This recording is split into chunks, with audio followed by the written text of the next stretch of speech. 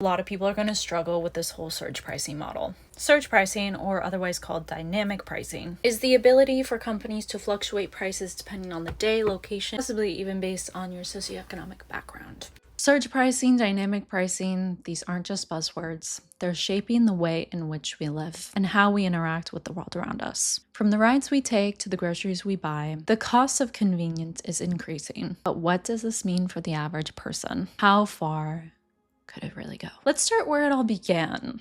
Uber and Lyft. Surge pricing is something that most of us has experienced firsthand. Maybe it was a late night concert or during a rainy day when you were desperate for a ride. Prices go up based on high demand, and fewer drivers are available in that moment.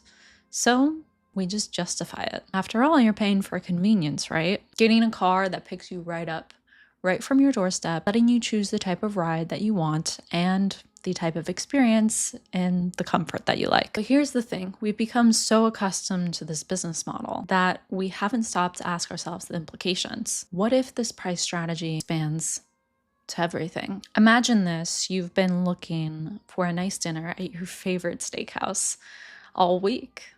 It's Saturday night and you arrive, only to find the price of your go-to steak has jumped from $65 to $100. The reason? Simply because it's Saturday night, a time where everyone wants to dine out. This is surge pricing at its core, charging more based on high demand. Now, let's expand on this concept even further. What if you couldn't grab some food at your local fast food joint without worrying about the price? Lunchtime on a weekday could mean higher prices, just because everyone is doing the same exact thing. The convenience you once took for granted comes at a hefty price tag. But it doesn't stop there, you see. Let's talk about grocery stores, places we visit out of necessity. What if the price of groceries fluctuates based on when you shop? After a long day of work, you head to the store at 5 p.m. just in time to pick up dinner, and the store is packed. As you walk down the aisles, you notice something strange. The prices on the digital tags are higher than usual. It turns out they've been adjusted for peak shopping hours. For many of us, shopping off-peak hours isn't an option. If you're working a 9-to-5 job, you don't necessarily have the luxury of strolling through the aisles at 10 a.m. on a Tuesday. It's the rigidity of our schedules that are determined by our society and our culture and cultural pressure and the bills we have to pay that could eventually lead to higher costs overall. The online world is especially not immune to this either. In fact, it's the leading charge. Speaking of Amazon and Target, they've been notorious for doing this. For instance, they've used dynamic pricing for years. Have you ever noticed the price of an item in your cart changes from one day to the next? How a product suddenly becomes more expensive right before a sale? I know I have. This is dynamic pricing in action that shift based on demand, timing, and sometimes even your browsing history. Here's where it gets tricky. The price you see online might not be because of higher demand. It could simply be because you're ordering online as opposed to ordering in person, where it's easier for companies to adjust prices without you really knowing. A quick swipe of a credit card and you've paid more than you should have for the same product. So how do companies decide how much to charge these days? The answer lies in data. Every time you make a purchase, companies collect data on your habits. What you buy, how often you buy, how much you're willing to pay for that item. With the help of AI, I know we hate AI in some ways, this data could be analyzed at a mass scale and possibly be able to predict your type of behavior. What will you buy next? How much are they willing to charge you? How much can they charge you before you reconsider what they're selling you? Dynamic pricing isn't a new phenomenon. It's been around for decades, starting with airlines in the 1980s. Airlines first introduced variable pricing based on demand, season, and availability of seats. We've accepted this as a part of our general experience in society. Some days you get deals and other days you don't. But when dynamic and surge pricing expands to other aspects of our lives like groceries and retail, let's take Amazon Prime Day as an example. We've all been lied to about this. We've all been lied to on days that it's Amazon Prime Day that we can snag a great deal. But in reality, I've tracked this personally with a specific set of towels that I really wanted. Just before Amazon Prime Day, the prices hiked up.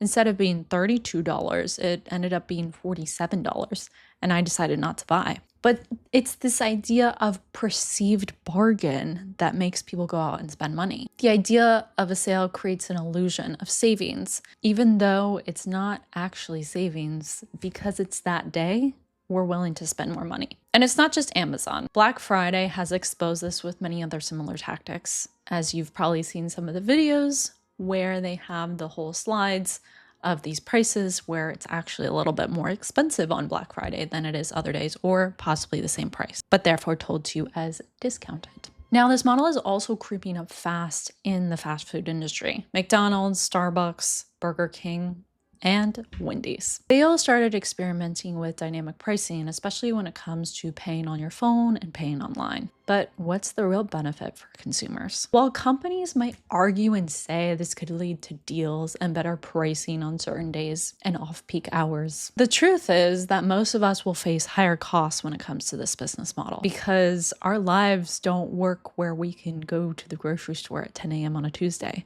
Our lives work based on convenience. And you're going to be sitting in the Starbucks line like everyone else, paying for your coffee at 8 a.m. and there might just be a price hike. I've worked in the consumer-based industry as well, specifically for retail goods, and there is a price bottom that you really shouldn't go below. There's a wholesale price for things and there's a retail price for things, or suggested retail.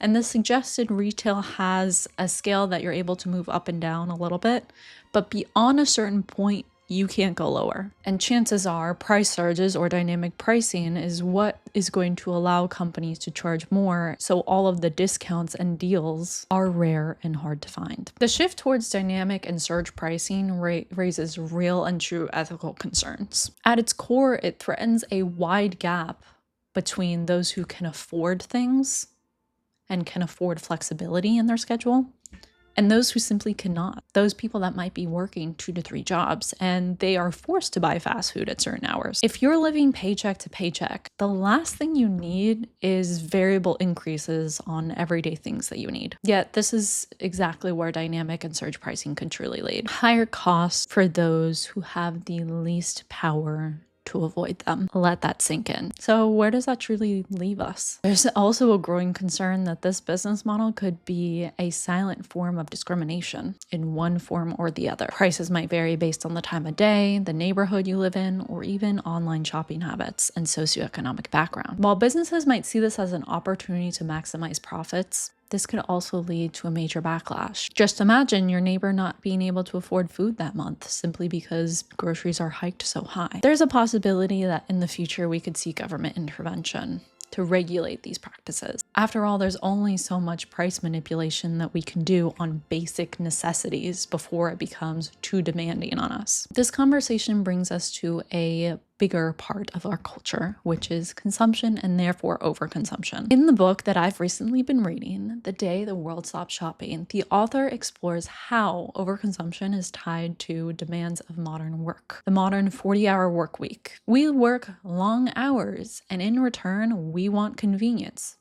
Fast food, prepackaged meals, online shopping, they're all ways to cope with our busy lives. But if we had more time, would we make better choices? Imagine a world where you weren't constrained to your typical 9 to 5, where you had all the time in the world to grow your own food, cook your meals from scratch, and shop when it's most convenient for you and not the retailer. But as long as we're stuck in the cycle of work and overwork and spend, we are at the mercy of these very systems that profit from our general exhaustion in life. Dynamic pricing is just another way for businesses to capitalize on that cycle and at our own expense. So what can we do? The first step is general awareness about surge pricing and dynamic pricing, which is why I'm here today to inform you. Understanding how dynamic and surge pricing works and how it affects us is crucial. It's about making informed decisions and also trying to get in contact with people who can make change. Being mindful of costs and also being mindful when you're getting screwed over, quite frankly. We can and should push back based on our personal experiences because in general, dynamic pricing for things like groceries and going out to eat or fast food isn't good for our society. If you notice prices changing at the time of day, talk about it. Share your location, share it on the internet. Go hardcore on these companies that are doing this price gouging. The more we expose them, the harder it is for companies to exploit us without consequences. Thank you so much for joining me today. It was a pleasure bringing this to you. See you in the next video.